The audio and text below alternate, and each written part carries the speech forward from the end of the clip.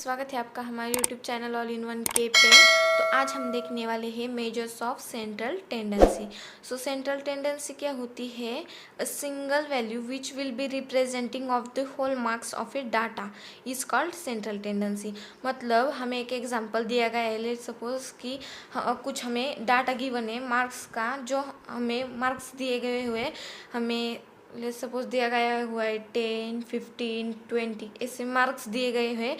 तो जो हमारी एक सिंगल वैल्यू रिप्रेजेंट करेंगी, इस डाटा को हमारी जो सिंगल वैल्यू रिप्रेजेंट करेंगी उसे हम सेंट्रल टेंडेंसी कहेंगे। Then types of averages. So हमारे basically two types of averages होते हैं। फर्स्ट होता है मैथमेटिकल एवरेजेस और सेकंड होता है अदर्स। सो मैथमेटिकल एवरेजेस में हम कौन कौन से देखते हैं? Arithmetic mean, geometric mean and harmonic mean. लेकिन हमें इस चैप्टर में सबसे ज़्यादा जो देखने को मिलेगा वो होगा अर्थमेटिक मीन, और जो अदर्स में होते हैं उसमें हमें मोड और मीडियन होगा। तो हम सबसे पहले देखेंगे अर्थमेटिक मीन। तो अर्थमेटिक मीन क्या होता है? हमारा अर्थमेटिक मीन जो होता है वो हमारा sum of observations divided by number of observations होता है। तो हम इसमें 3 केसेस होते हैं। तो केस फर्स्ट हम देखते हैं फॉर इंडिविजुअल ऑब्जर्वेशन और अनग्रुप डाटा के लिए। तो हमारा फॉर्मूला क्या होगा उसके लिए? am equals to x1 plus x2 x up to xn तक होगा और नीचे n होगा। तो हमारा n क्या है? n हमारा नंबर ऑफ ऑब्जर्वेशन है। इसे हम एग्जाम्पल के थ्रू समझेंगे। ये हमने एग्जाम्पल ले लिया है 65, 68, 69, 70, 63, 74, 60। अब हमें जो फॉर्मूला गिवन है हम उसे राइट करेंगे। सो हमें इंडिविजुअल ऑब्जर्वेशन या फिर अनग्रुप डाटा के लिए कौन सा फॉर्मूला है? Summation xi divided bye n है। और हम अर्थमेटिक मीन या फिर मीन को x बार से रिप्रेजेंट करते हैं। तो हमारा फॉर्मूला क्या था? Sum of observations divide by number of observations. तो हमारा ये जो भी गिवन डाटा है उसे हम ऐड कर देंगे, मतलब उसके हम सम कर देंगे। तो ये हमने सब ऑल डाटा को हमने ये सम कर दिया। और ये कितना है? तो नंबर ऑफ ऑब्जर्वेशंस कितने हैं ये? तो 7 है, इसलिए हम 7 से इसे डिवाइड कर दिए। सो 7 से डिवाइड करने के बाद हमारा ये आंसर आ चुका है। तो हमारा अर्थमेटिक मीन क्या होगा? 67। देखेंगे केस 2। सो हमारा केस 2 क्या है? Discrete frequency distribution. Discrete frequency distribution.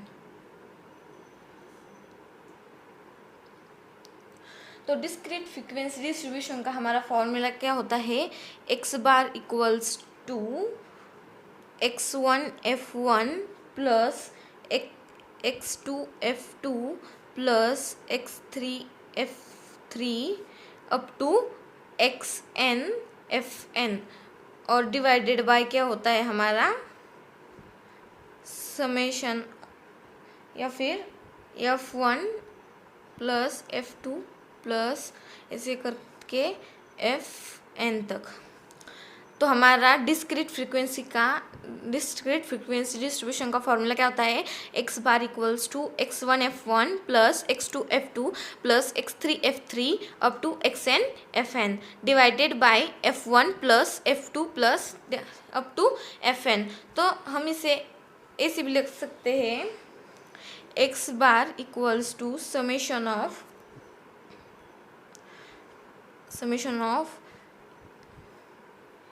fi xi divided by summation of fi।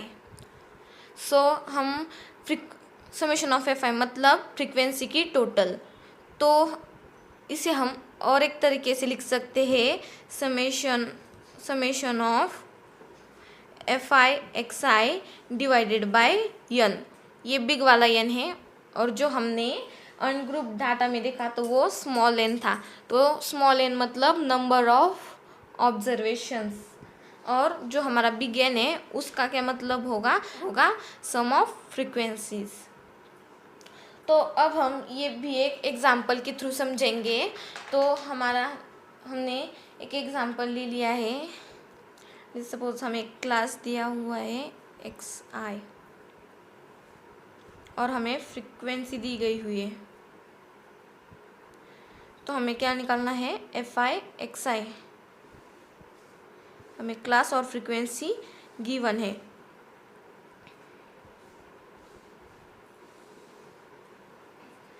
हमारा क्लास है 1 2 3 4 5, और हमें फ्रीक्वेंसी दी गई है 3 4 5 4 4। ये हमें फ्रीक्वेंसी दी गई हुई है और हमें निकालना है एफ आई एक्स आई। अब एफ आई एक्स आई कैसे निकालेंगे, हम फ्रीक्वेंसी को क्या डिनोट करते हैं, एफ आई मतलब फ्रीक्वेंसी, और हमें क्या निकालना है, एफ आई एक्स आई मतलब इन दोनों की मल्टीप्लिकेशन करनी पड़ेगी। सो 3 1 3 8, तो ये हो गया हमारा एफ आई एक्स आई, हमने सभी का निकाल लिया है। अब हमें जो फ्रीक्वेंसी है उसकी टोटल निकालनी है। सो टोटल ऑफ फ्रीक्वेंसी कितनी है, टोटल ऑफ फ्रीक्वेंसी मतलब हमारा summation of I equals to 1 and F I कितना है हमारा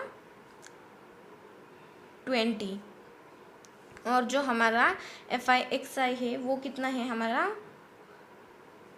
62। सो हमारा summation of F I X I कितना आया 62 आया, और फ्रीक्वेंसी 20 आ गई।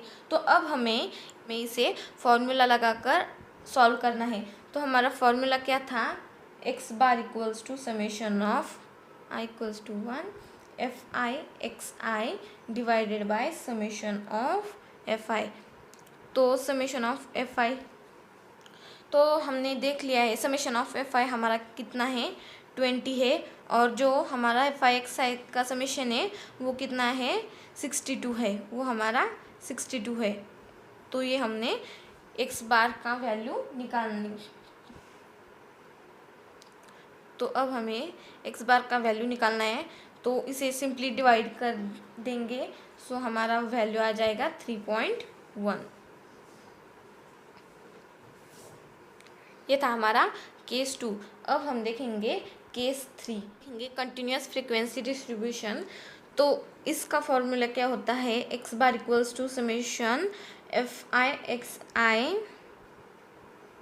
Divided by summation of F I. Same formula है, बट हम इसे थोड़ी अलग तरीके से सॉल्व करेंगे। इसे हम एग्जाम्पल के थ्रू समझते हैं। तो हमें एग्जाम्पल दिया गया है class X I F I F I X I, ये हमें दिया गया हुआ है।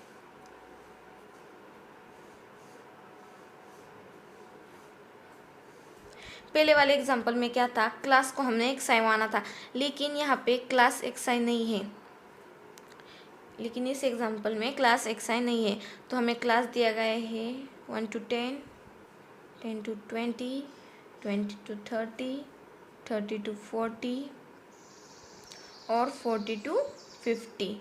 ये हमें क्लास गिवन है।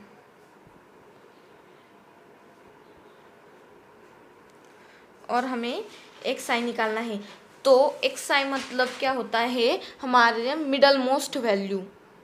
हमारा एक्स आई जो होता है वो हमारा मिडल मोस्ट वैल्यू होता है, मतलब 0 और 10 के बीच में की जो वैल्यू है वो आएगी हमारी। सो 5, 10 और 20 के बीच में कौन सी है, 15, 25, 30 to 40 35, 40 to 50 में 45। ये हमारा एक्स आई हमने निकाल लिया है। अब हमें फ्रीक्वेंसी दी गई हुई है 2 3 5 4 2।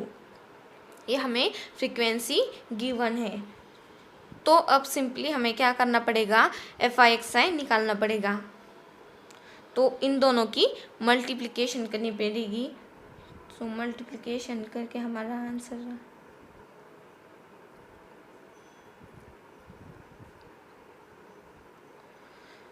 अब हमने इसकी मल्टीप्लिकेशन भी की है। अब हमें एफ आई की टोटल और एक्स आई की टोटल निकालनी पड़ेगी।